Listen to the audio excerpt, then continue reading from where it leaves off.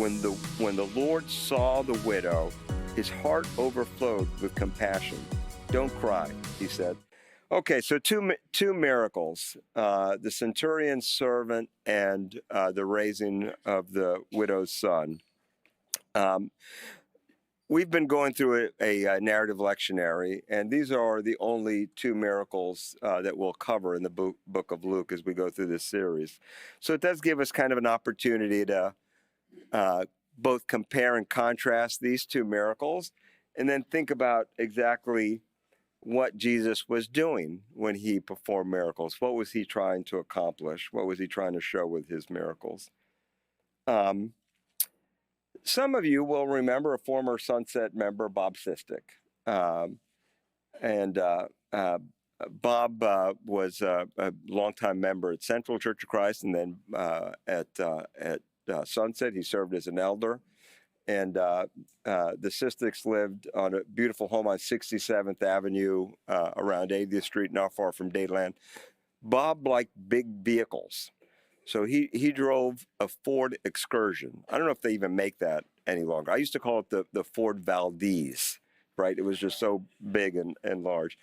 And they didn't live that far from Dayland, but he would drive to Dayland and park. And I'd say at Christmas time, I'd say, Bob, you cannot take that vehicle to Dayland. There's no way you'll find a parking place either that'll fit that thing. He'd say, no, I just pray for a parking space, and then I'll get a place to park. I said, okay, wait, Bob.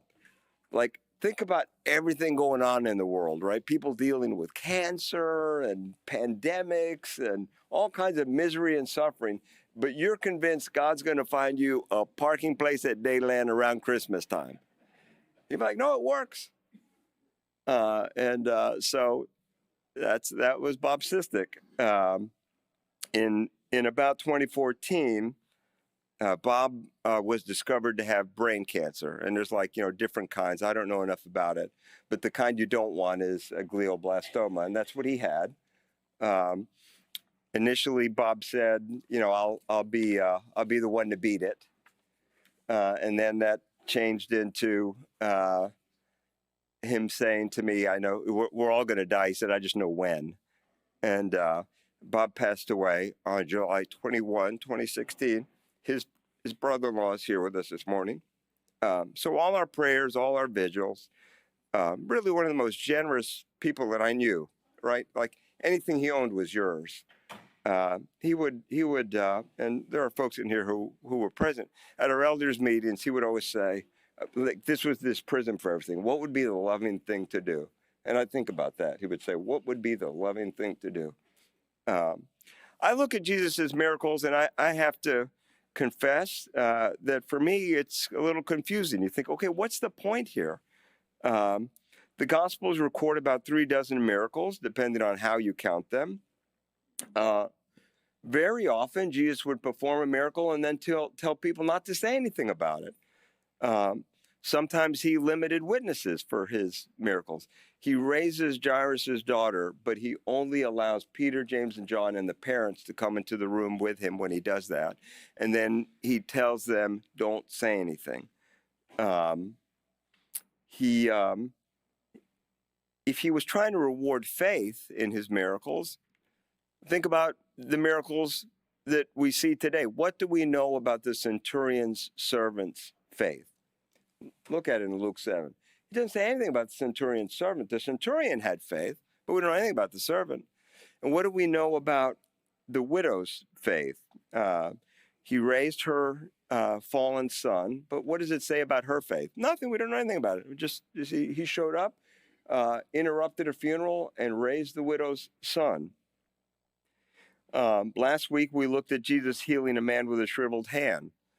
In that miracle, he tells the man, raise your hand up. He performs it because he knew the Pharisees were sitting there trying to see whether he would heal someone on a Sabbath. He heals the paralytic. And if you recall that story, that's in Luke chapter 5. He heals the paralytic. That's an afterthought, the healing. The first thought was, your sins are forgiven. And then it's only when the Pharisee says, "Who does this guy think he is that he can forgive sins?" That Jesus says, "Oh yeah, you think it's you think it's hard to forgive sins? Watch this." It wasn't rewarding faith. Jesus is trying to do something else there. Um, Now, if miracles were just intended to like engender or develop faith, well, they weren't particularly successful. Sometimes they were, but to go back to last week, and the man with the shriveled hand, the Pharisees are trying to test him. They want to see whether he will heal someone on the Sabbath, and he does. But guess what? The Pharisees don't say, "Oh, wow, I guess we were wrong about him. He really does have something going on here." Instead, the text tells us they were furious and began to plot against him. John chapter 11, Jesus raises Lazarus. And the Pharisees don't say, "Oh, amazing. Now, the scales have fallen from our eyes. We get it. He really is who he claims to be." It's just the opposite. After that miracle, John tells us in chapter 11 that they begin to plot his demise. Again, very often Jesus tells people who were the recipients of a miracle, don't tell anybody. So if the whole point of it was to prompt faith in people, then, that was kind of a failure, because if you wanted to prompt faith, you want to make sure everybody knows. And when folks witnessed his miracles, not everybody saw the same thing. Some people saw a miracle and some people just got upset about it. Remember, faith could prompt a miracle, but the miracles didn't necessarily produce faith. And Jesus said, it's a wicked and adulterous population that asks for a sign. As if he'd almost grown tired of the idea that he could just perform miracles, impress the crowd, but that didn't really get folks to develop faith in him. Some miracles, Jesus didn't really appreciate he was performing. I mean, think about how odd it is. He's walking through a crowd. It's busy. Everybody's pressing on him. And then he feels power go out of him. And he turns around. He doesn't even know who. And Peter says he knows power's gone out of him. Peter says, look, everybody's pressing up around you. And finally, the woman who had been bleeding for 12 years fesses up. I touched the hem of the garment and was healed as a result. And that's at the point that Jesus acknowledges her. Some miracles, frankly, seem frivolous to me. Water to wine, and not just a little. 6 jars, 20 to 30 gallons each. So that's a lot of wine. 120 gallons, maybe 180 gallons of wine that come out at a party after everyone's a little sauced, right? We know that because the text tells us, you don't bring out the good wine at the end after everybody's had a drink. You do that first. It's as though Jesus is saying, okay, look, I'm here. The party's on. And then we have to kind of wrestle with this fact, which is just true. Jesus didn't heal everybody. How many sick, disabled, demon-possessed people were in those crowds, were trying to get to touch him, but couldn't get close enough? The bleeding woman presses in and she touches the hem of his garment. But you have to wonder, who did she push aside to be able to do that? Or who maybe even decided, you know what, he's busy. There's a lot going on. There are other folks that are trying to get close to him. They may have needs that are greater than mine, so I won't bother. If the point of the miracles was to make everyone whole, again, it's a sorry failure, because that's not how it happened. 2 weeks ago, when we read Jesus' announcement of the commencement of his ministry at Nazareth, you remember in Luke chapter 4, he's there at the synagogue. He grabs the scroll. He opens it to Isaiah 61, and he reads, the Spirit of the Lord is on me. He's anointed me to preach good news to the poor, to bring sight to the blind, and to free the captives. But, we read through the rest of the Gospels, and not all the blind had their sight restored. And the prison population probably remained about the same when he was done. Did he release all the captives? So the centurion and the widow. These two stories are kind of paired up together. Luke does that frequently. Last week it was two things on the Sabbath, right? The plucking grain, healing the person, and this week it's these two miracles. And so you can kind of compare and contrast, right? What's going on here? The centurion, a Roman military officer, somebody of high rank, maybe 80 to 100 men under his command, less than a cohort or a legion. But this isn't like a private, right? This is like a captain, somebody of authority. Maybe ethnically Roman, not necessarily. Not Jewish. We know that because the Jewish elders say, look, he loves our people. He's not one of our people, but he loves our people. And he built our synagogue. So somebody of authority, somebody of power, somebody well regarded in the community. And then meanwhile, you have the widow. And what's the widow's situation? You know, this is as desperate gets. No husband to care for her. And the text tells us it's her only son that has passed away. The reality of widows in that time was miserable almost all the time. And throughout our text, the Bible expresses concern for widows. And I'm just going to run through some of these passages. Deuteronomy 10, verse 18. He defends the cause of the fatherless and the widow and loves the foreigner residing among you, giving them food and clothing. Isaiah chapter 1, verse 17. Learn to do right, seek justice, defend the oppressed, take up the cause of the fatherless, and plead the case of the widow. Malachi 3, verse 5. I will put you on trial, and I will be quick to testify against adulterers and perjurers, against those who defraud laborers of their wages, who oppress the widows and the fatherless, and deprive the foreigners among you of justice. But do not fear me, says the Lord Almighty. So you can be sure that Jesus knew these verses, and you got special concern for the plight of the widow. And you will recall in criticizing the Pharisees in Luke chapter 20, he says, they devour the widow's houses. It's like, man, they're trading on their real estate. They're taking advantage of them. So there was like an innate concern for the desperation that would be present in the life of a widow. The centurion had heard about Jesus. That's not surprising, right? It's Capernaum. It's a small town. It's a Roman outpost. Jesus had performed miracles there. Luke tells us that earlier. His reputation had spread. And, you know, if you're a Roman representative in a small town in Galilee, one of your jobs would be to have your ear to the ground about what's going on. So he had heard about Jesus, and he cared for this servant of his, right? He had some concern. He valued him highly, the text tells us. Again, what the servant knew about Jesus, we don't know. Now, unlike the centurion, there's no mention whatsoever. The text doesn't say anything to us about what the widow at Nain knew about Jesus.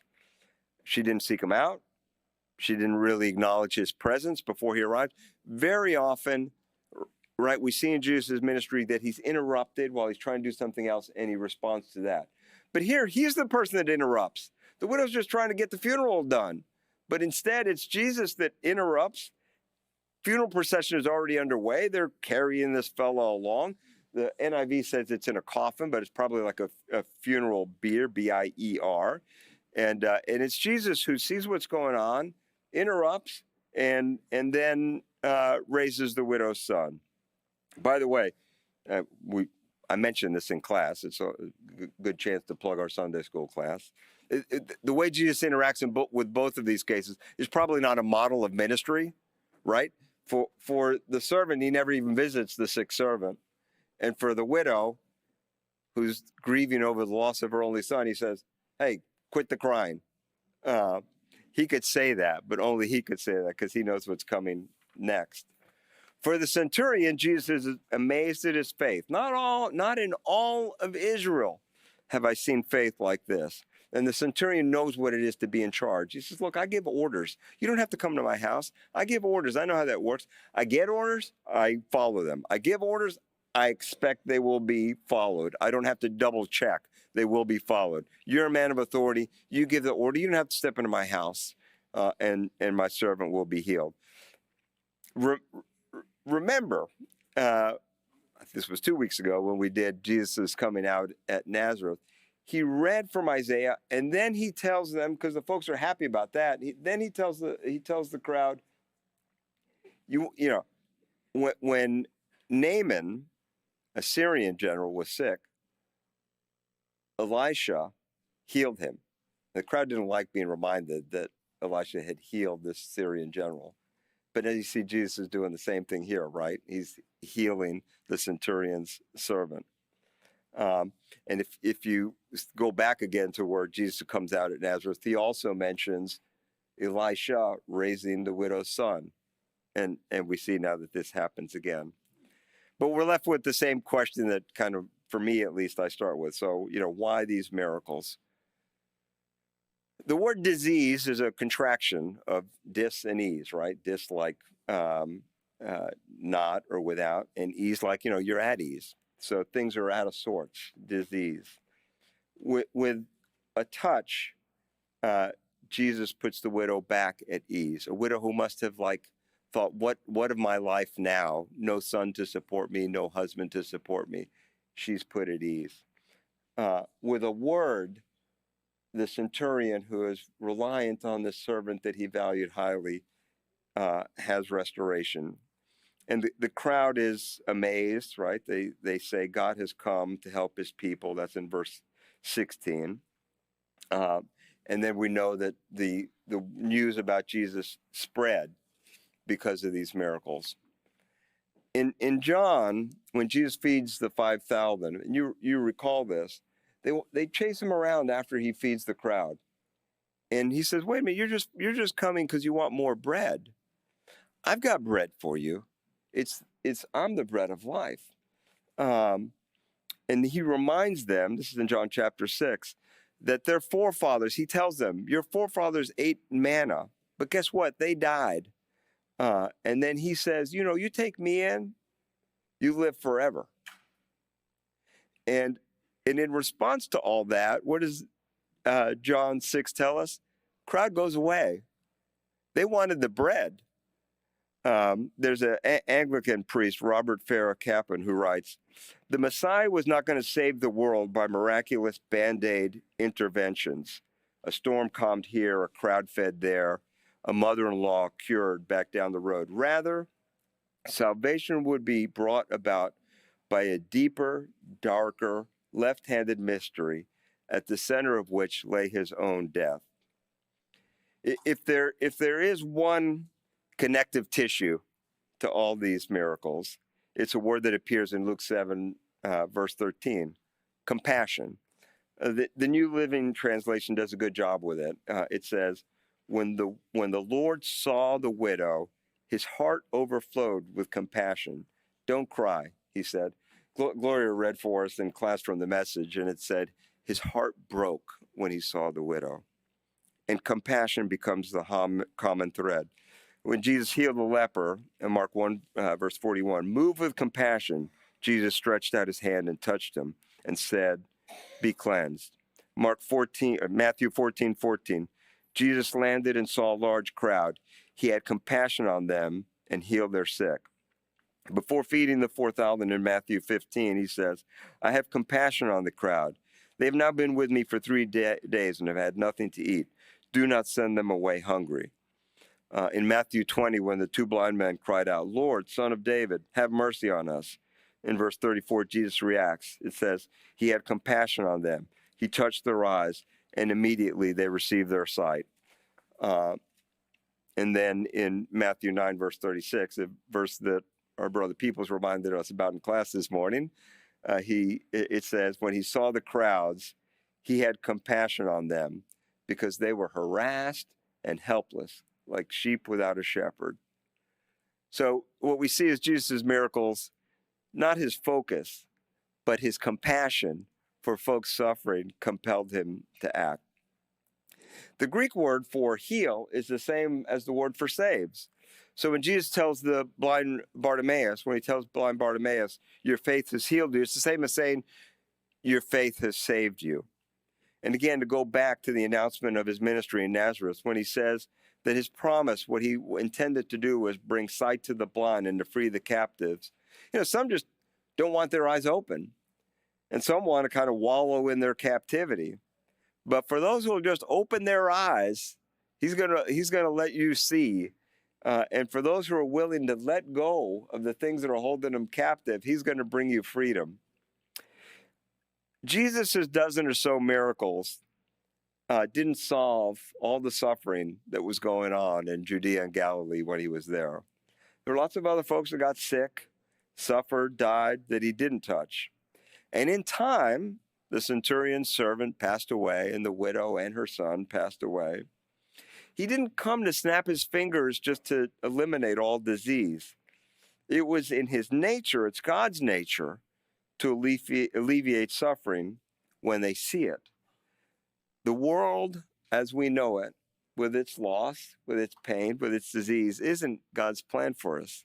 And these miracles are just give us a glimpse of the restoration that God has planned for us. The centurion's servant is restored. The widow's grief turns to joy. That's God's plan for us. I don't know what to think about parking spaces, but I do believe that he brings healing and he brings restoration to us.